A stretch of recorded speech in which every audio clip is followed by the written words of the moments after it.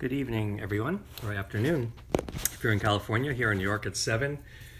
Across the country, it's anything from 7 to 4. And if you're visiting in other places, I welcome you to the Ask the Doctor Q&A hosted by Four Moon Spa in Encinitas, California, with me here in Bedford, New York, about 50 miles outside of New York City. The point of this show, this program, is to invite you to ask me questions about health, healing, that might apply to you as an individual, to our society as a whole, or even something more global like the earth itself or something beyond. I'm all ears and always interested in hearing what people are thinking about, contemplating the questions, and then sharing some thoughts. So that's the purpose of this show. So I invite you to send me a question of any sort, of any nature, and I will do my best to give you something that you could think about. If not, take home with you and consider seriously, at least entertain you for a little while, so that you and all of us could, reconsider what it's like to be living these days and how to direct our efforts in a way that's really practical in improving our own circumstances and the circumstances of the people we care about around us. I think this day and age is one where we're now aware of so much of the suffering that is going on. Used to be, if we lived in the United States, for a majority, but of course not the important silent minority, or the silent majority as is often said. The majority might have lived with the illusion and may have talked about it and promoted it in media that things were fine, when all along, actually, and forever, things have not been fine. But there was that assumption that we lived in a real privileged world. I think 9/11 shattered that bubble quite obviously, since there was real terrorism and an act of violence on our soil that was perpetrated by people who were outside. But we've known war since the Civil War, the American Revolution, and from the invasion of the continent to begin with by Europeans that took on war with the native people of these continents. And so this has never been true that things have been fine. But we, in our media addicted sense, wait for the media to label something, identify something, before enough of us necessarily get behind it to make it what we call a movement, and to do anything about it. So it's been hundreds of years, at least on this continent, where there has been injustice. And in essence, our society for sure has been sick. We could look more universally, or at least globally, and see that sickness of people oppressing others is tens of thousands of years old. And so the human condition has been fraught throughout history of social injustice.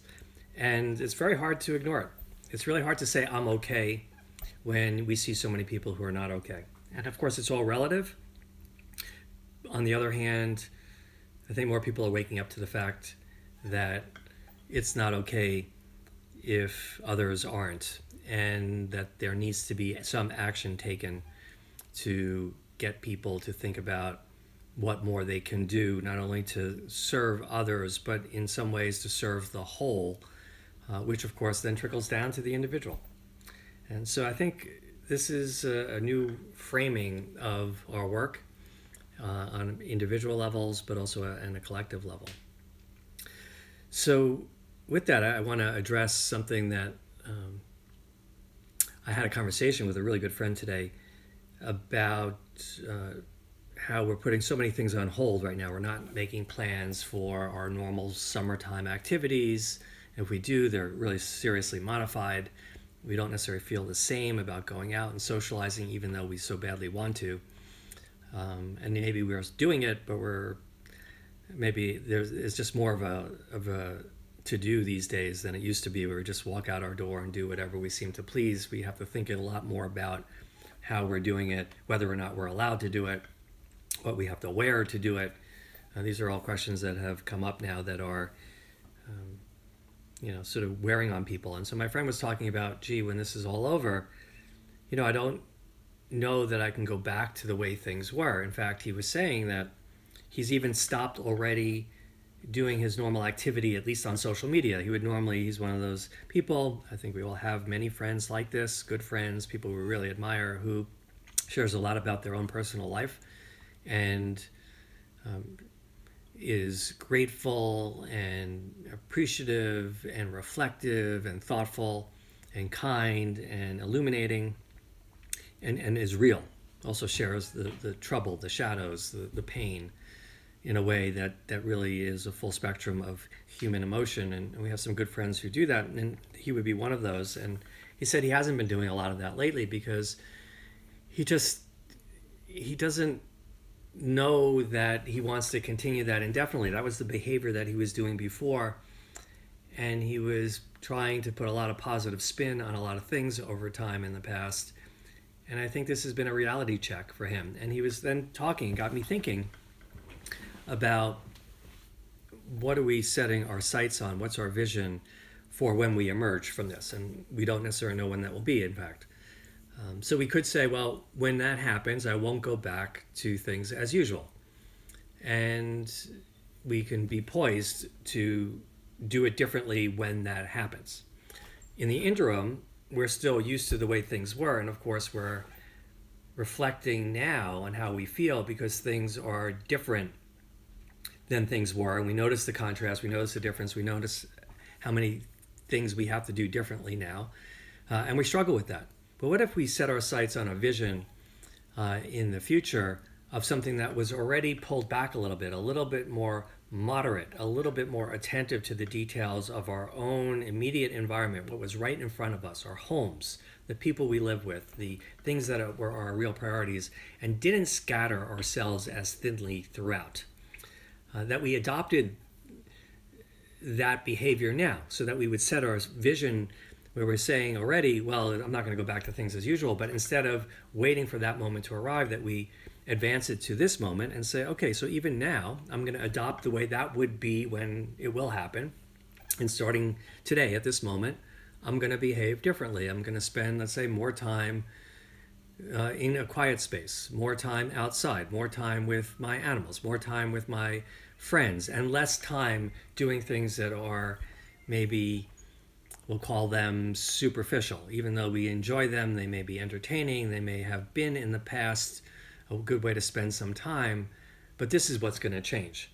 And maybe not only would we shift from some of those things that were superficial, but that we would shift our attention and invest our focus on those things that we realize we have neglected in the past, such as the way we support the need for societal change when it comes to social justice.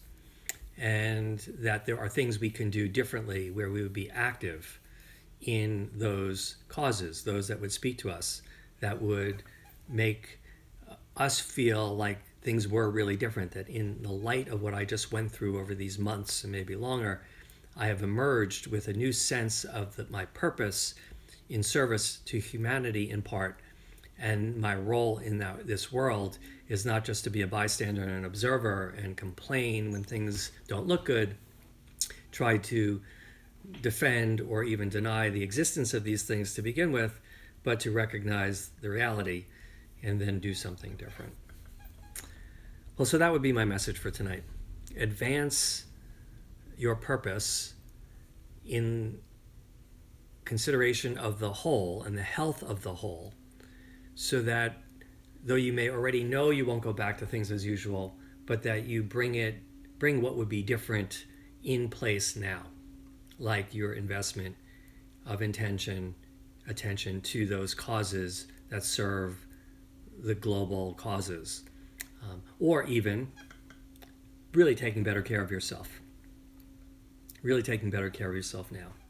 And doing those things that you've talked about, wanting to do, all those New Year's resolutions that have come and gone, and now do them. Actually do them. You've got the time. This is the essence of slow medicine. This is to slow it down enough so that you can actually see things moving and then adjust to them, as opposed to feeling bombarded and overwhelmed by the fast world. So that's my message for tonight. I thank you for joining me. I will be back next week. I think I might adjust the time, so stay tuned. I'm going to initiate a Instagram live here from Sunraven, which is the home of slow medicine, which is where I live, probably on Wednesday, noon in New York, 9 a.m. Pacific time. I'm going to try a different time, and I'm going to speak to Four Moon Spa, perhaps about adjusting the time for this program to something and give another time of the day, another day of the week, perhaps a shot, so that more of you could listen conveniently and enjoy what I can share and give me some feedback and some encouragement to continue this important work. So I want to thank you. I wish you had a great week, and I look forward to all of us rising to this occasion and seeing a new, brighter future. Take care.